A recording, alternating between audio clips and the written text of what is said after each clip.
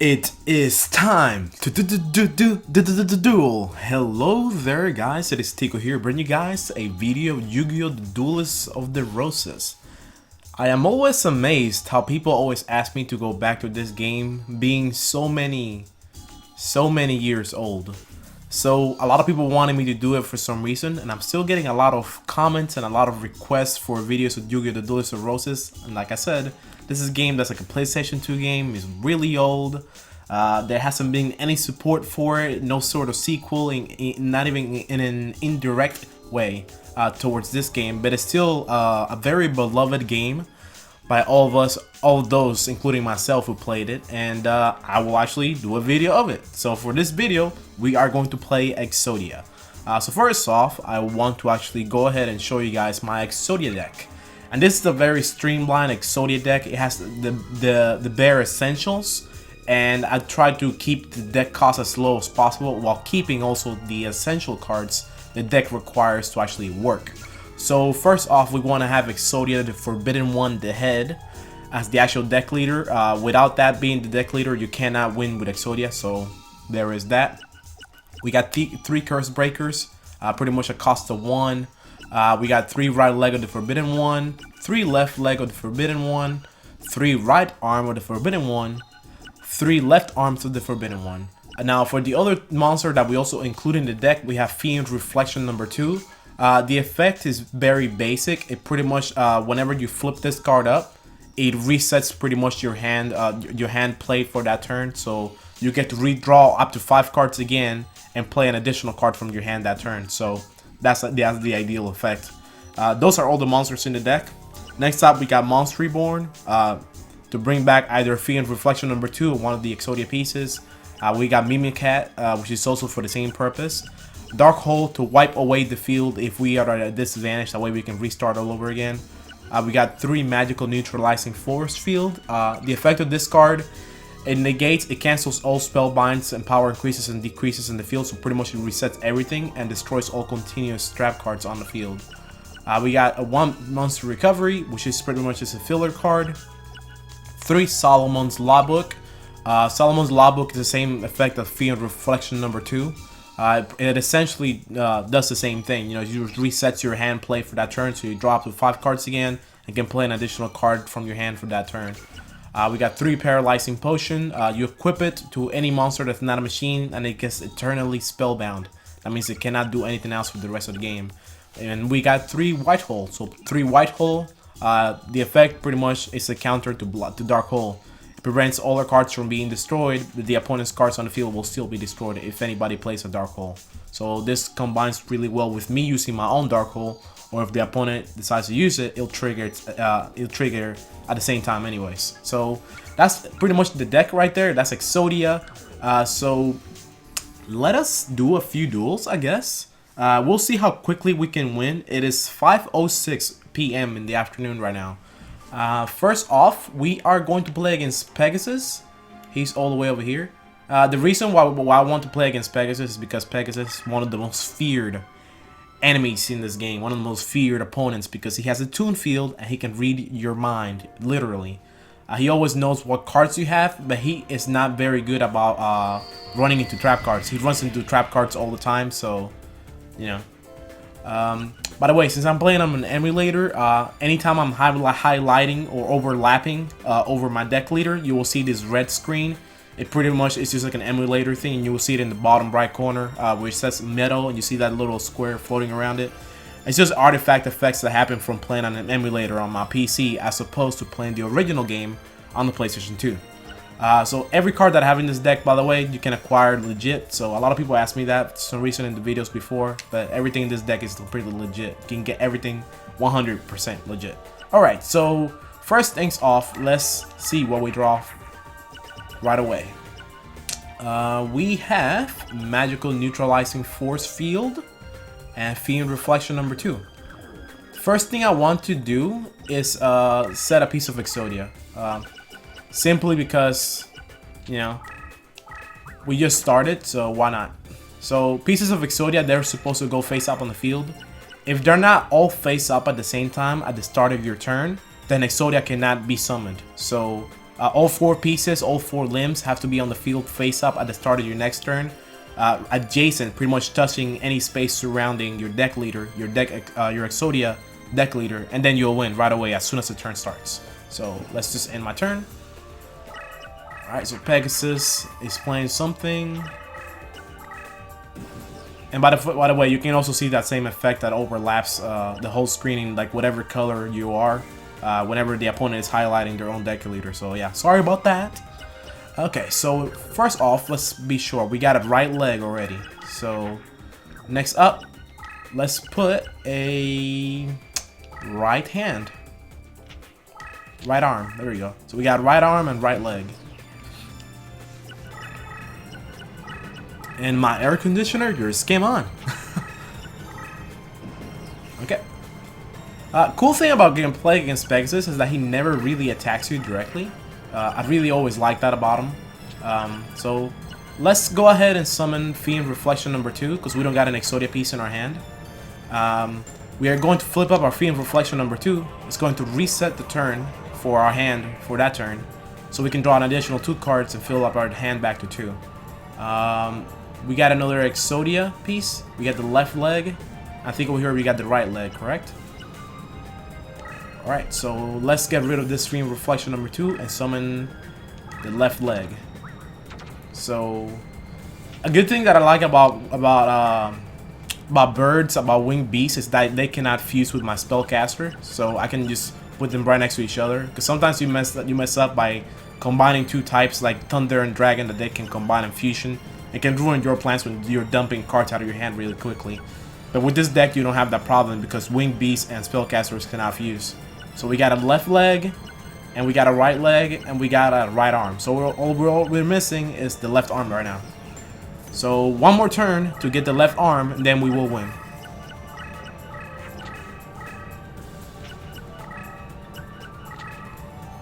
Alright, alright. Alright, so we got a leg here that we do not need. So let's dump it. Because what we need is the left arm. Let's activate Monster Reborn. Bring back a Fiend Reflection number 2. Then we will flip it up again, resetting our hand all over for that turn. So we can draw an additional hand. This is left arm. Yep, there we go. That's it. We got the left arm we needed. So we don't need this left leg, we only need the left arm. So let's put the left arm face up. Like I said, you gotta have all 4 face up on the field. I mean, you can keep them all face down until the turn that you're going to end when you have all 4 right next to you. So at this point is when you would want to put them all face up, in case you wouldn't want the opponent knowing what you're doing. And then in my turn, and once the opponent ends his turn, I will win. One thing to note though, I think whenever you play on the emulator, the animation for summoning an Exodia is really kind of clunky.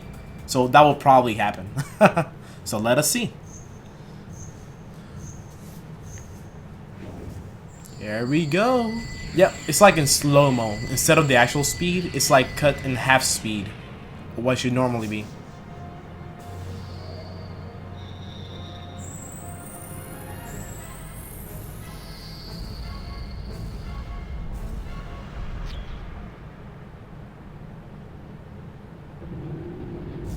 There we go!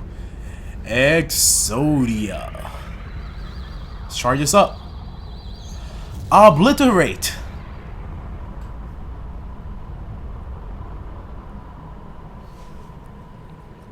So even though I explained a lot, it only took about 5 minutes to win. So that's pretty much how you play Exodia in this game. It's kind of broken, isn't it? Not kind of, it's pretty broken. Let's see if we can actually get something here. Nope, messed it up already. It's been a while since I've drawn a slot like that, slot machine. Oh well, let us face another opponent, another worthy opponent. Labyrinth Ruler, we gotta lower our deck points a bit. How about Yugi? Would Yugi be a good one? Let's face Yugi. Yugi's a good opponent. I think Yugi has Sorcerer Rebellion Light, so it'd be a good thing to put them all face up. right away. And Yugi moves pretty slow, so I should have enough turns to be able to summon everything I want. Okay, so first off, let's get rid of Paralyzing Potion. If you have a Paralyzing Potion in your hand, you gotta be sure if you're ever gonna play this deck, to be sure to not equip it right next, like dump it at the same time as you dump an Exodia piece, otherwise it's gonna paralyze it. Spellbind it forever, so make sure never to do that. So that's why I always put it first while I'm dumping everything else. That way it's not the last thing to touch the Exodia piece when I'm summoning it. Here we go. So we got left leg, I believe.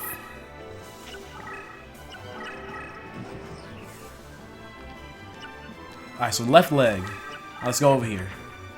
Oh, we gotta write something. Oh, first thing, let's dump this, this, and this. Alright, so now we got a right arm. So we got left leg and right arm.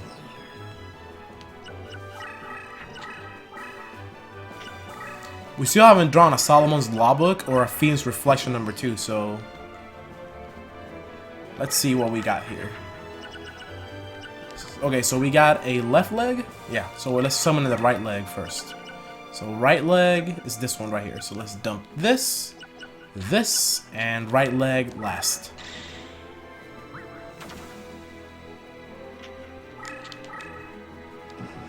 And turn. And I think we got one more turn until he's able to reach us. So I will have to summon the Exodia piece to the other side. One thing you gotta figure out whenever you're playing this deck, you gotta figure out the positioning. I can't put my Exodia piece here, because if I put it here and the opponent happens to have a monster that's a dragon, for example, he can move 2 spaces on his next turn and kill my Exodia piece. So you gotta make sure your Exodia piece is not destroyed. One thing I always like to do is, if possible, I move to the sides, so I can move everything to one side, just to be sure that I'll be safe. So I move everything to the right. One space to get away from that other card over there. And then, let us try to bring something out. Let's see, we got nothing here.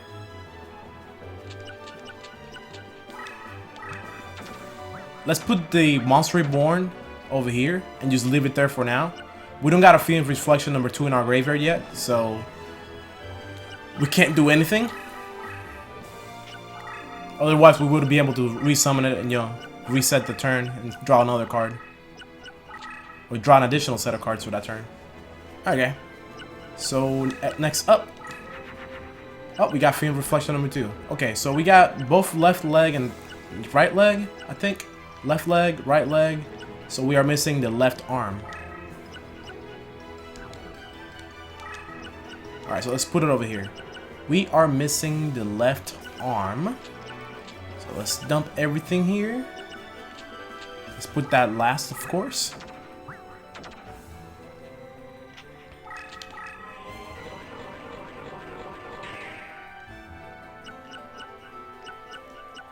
Alright.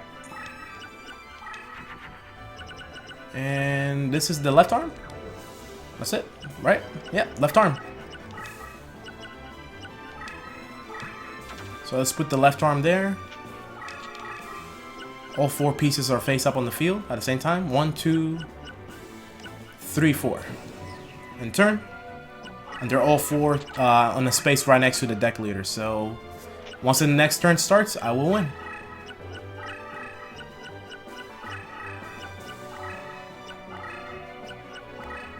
Against something like this, the only thing you really could do is just like a Dark Hole. Dark Hole is really all you can do, or have a deck that just attacks really fast and can win within 5 turns. You know, unless you have like an overwhelming advantage on the field, where you can like every one of your pieces can move 2 spaces, then more than likely you won't be able to kill it within 4 or 5 turns before they are able to summon Exodia. Especially if they're moving to like a corner away from you and delaying you from winning. So, just a couple things to keep in mind when playing against Exodia.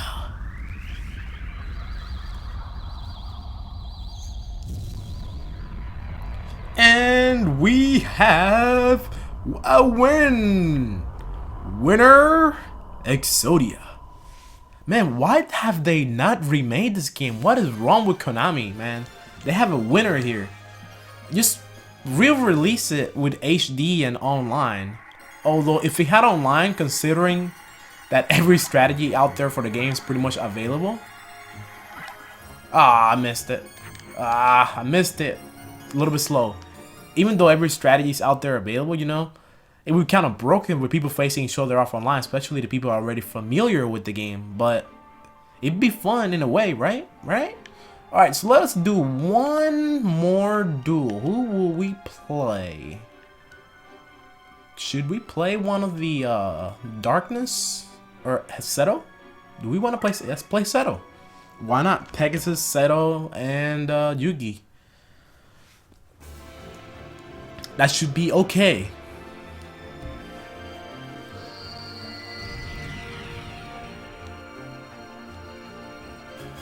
Alright, so let's see here. First, we want to move one space forward. And we want to start placing our pieces behind us. The reason why being that we only have space in the front for one. So for example, if we started placing our pieces in the front and then we have one behind us and we were forced to move back, we would have to move one all the way to the side and then it wouldn't be right next to us.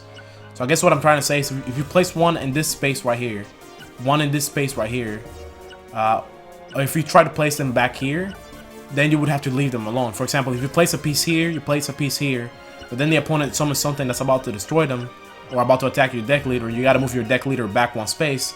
Your deck leader is no longer touching within one space of your two other Exodia pieces, you know. One Exodia piece might be able to move one space back into here, but it wouldn't be able to move into these two spaces because they're blocked off by labyrinth spaces. Remember, it's very important that all the pieces are in a space right next to the deck leader at the start of the turn. So that's something you gotta keep in mind when playing this. You just gotta look at the terrain and figure out where you want to place your pieces. And for this, it's always best to move one space forward and then place them all behind you.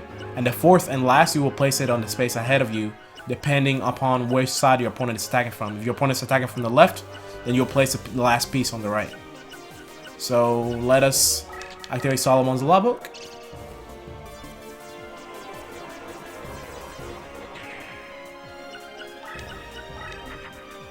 Alright, that's not enough. We will dump all this. By the way, I will not be able to play any more Exodia pieces this turn, simply because I had to summon a Fiend Reflection.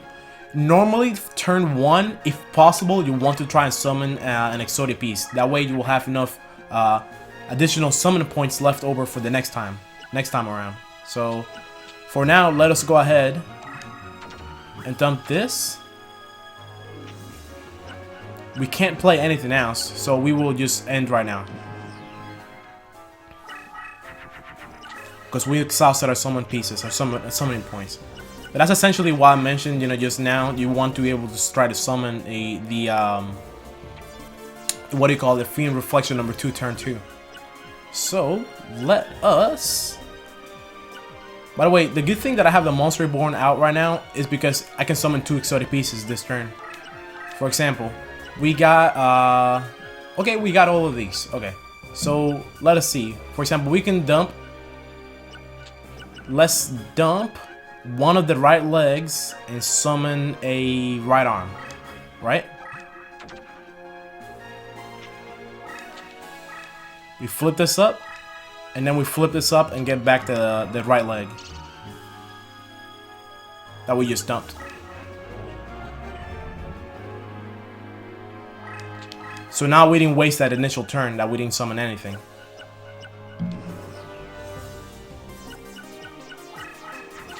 But now the one thing is we got to be careful because we're seeing where the opponent is moving. It's moving one space forward, one space forward. So we got to be able to finish it next turn if possible. Maybe if I had a paralyzing potion, I would be able to do it. So if the opponent decides to move here and then I summon an Exodia piece here, because he's attacking pretty quickly, I want to be able to like block this off, paralyze it. So what I'm going to do, I dumped the paralyzing potion, correct? So I'm going to dump all this, get my Mimicat, activate it, get back my paralyzing potion, and just leave it there. And turn. The computer is kind of dumb, and I mean anyone would kind of just attack whatever the opponent would place in front of them, or they wouldn't attack it. But at the same time, see, we bought ourselves a little bit of time right there. So the computer is not going to do anything right now. So what we're going to do is going to push this paralyzing potion up, paralyze that creature there indefinitely, and use this chance to summon more Exodia pieces behind us. So we want to check the Exodia pieces that we have out, the right arm and right leg. So let's summon left right now. Alright, so left right here.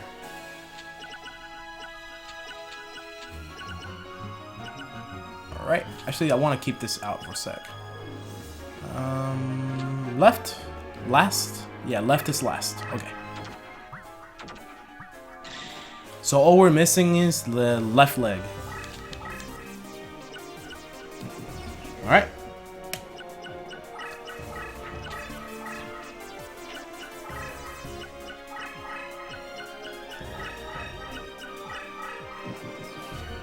Okie dokie. So now the last piece will have to go on the right corner. So left leg is the last piece we need to bring out.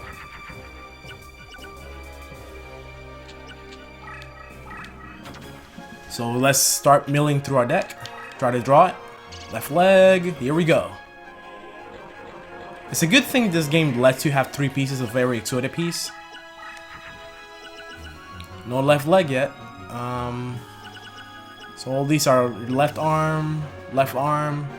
Let's dump them all. Bring out the Fiend Reflection number 2.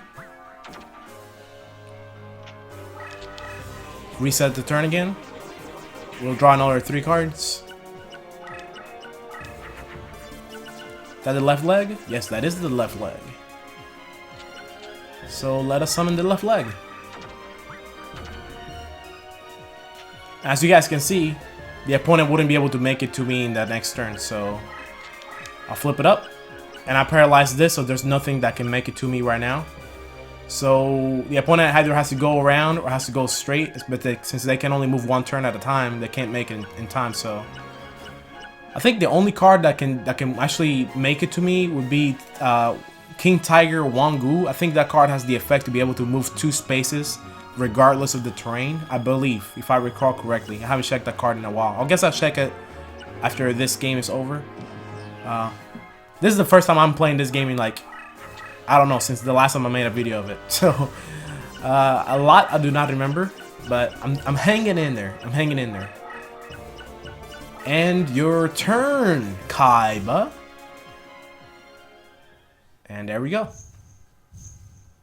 There we go. There we go. There we go.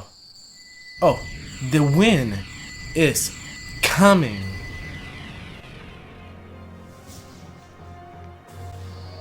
There we go. We got this. It was a hard-fought win, but we got it.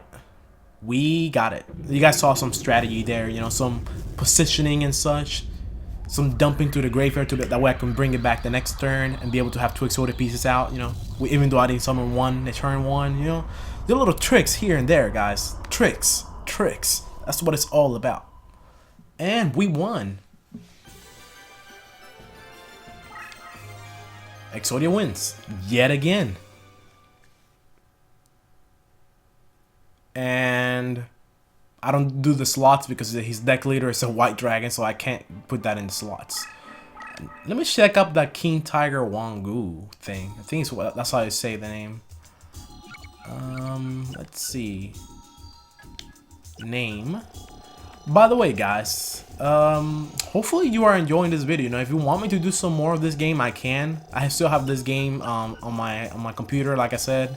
I transferred over my save file to it, so I can still do everything I did before. But let's see. A face up can move 2 spaces at a time regardless of terrain.